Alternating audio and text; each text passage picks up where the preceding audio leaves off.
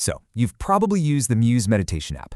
You've heard the birds, you've heard the rain, you get the feedback, but what's actually going on under the hood?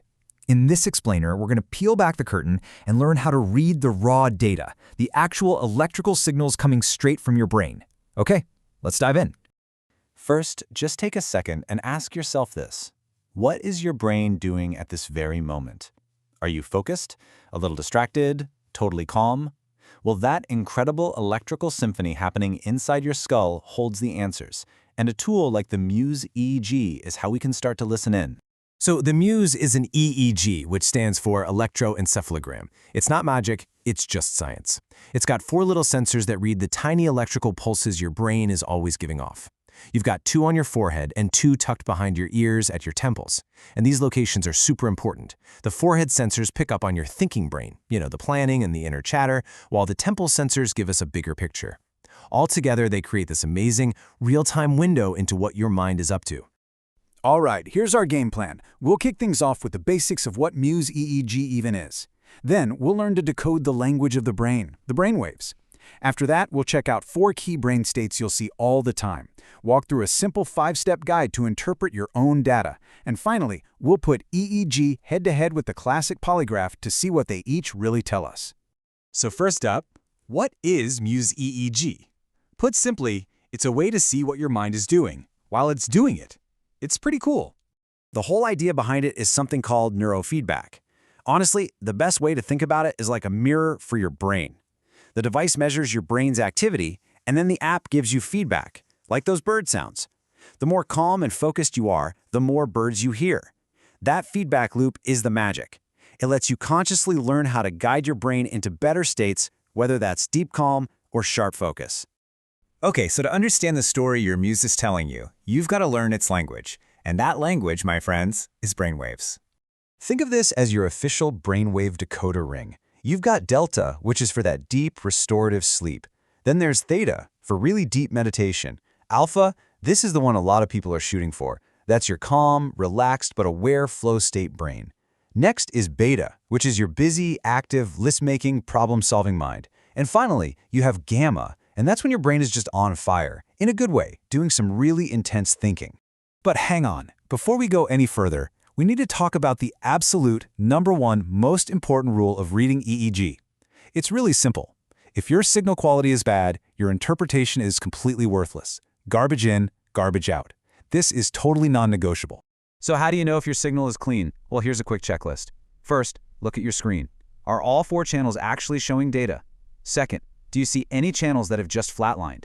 That means a sensor isn't making good contact. And third, are all the channels jumping up and down erratically, all at once? That's not your brain, that's just you moving around. Okay, once you're sure you've got a clean signal, now the fun can begin. You can start looking for patterns. Let's walk through the 4 most common brain states, or models, that you're going to see in your Muse data. First up, the one many of us are looking for, the calm state. This is the signature pattern of a mind that's truly at ease, and it's what you'll often see during a really successful meditation session.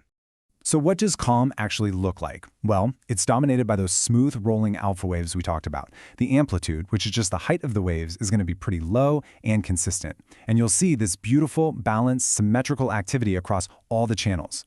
Next up, we have the total opposite, the active thinking mind. And hey, this isn't a bad state to be in. This is your brain just doing its job, processing things, planning, thinking. So here the graph is going to be full of those faster, spikier beta waves. The amplitude will be higher and a lot more irregular.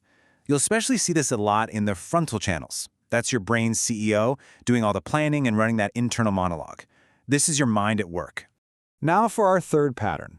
This one is less about the type of wave and more about the balance, or imbalance, between the 2 halves of your brain. We're talking about asymmetry. Asymmetry is what happens when you see way more activity in one of the frontal sensors compared to the other. Now, this can be really fascinating. It might be a sign of emotional processing or maybe some kind of internal conflict. But, and this is a huge but, you have to be super careful with this one. It can just as easily be caused by something as simple as you furrowing your brow, which is just muscle tension, and that's an artifact, not pure brain activity.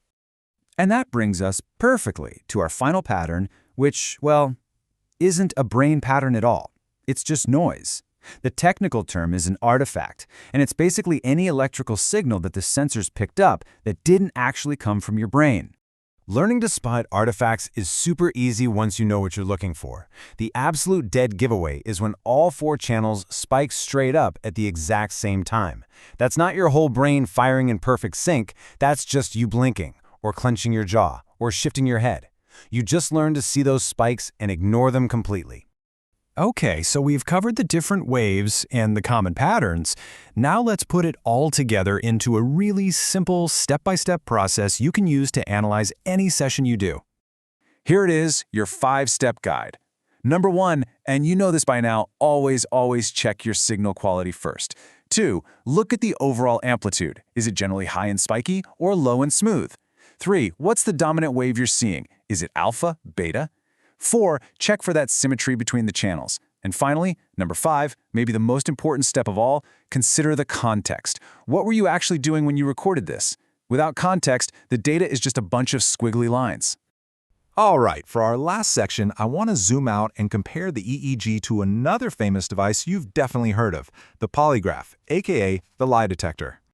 On one side, you have the EEG headset, which, as we know, is measuring your brain's electrical activity directly from the source.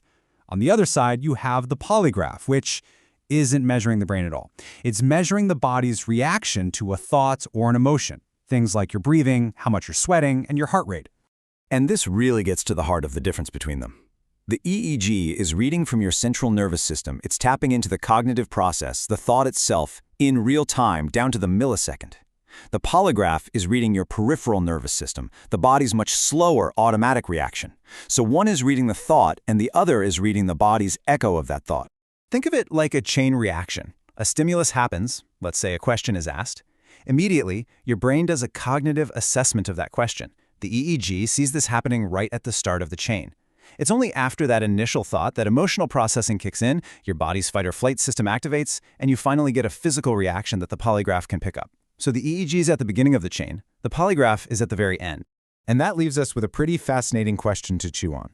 If one tool can read the cognitive process of a thought, and another can measure the physical fallout of a feeling, what happens when we start to combine these technologies? What's the next frontier when it comes to truly understanding that incredible, complex connection between our minds and our bodies?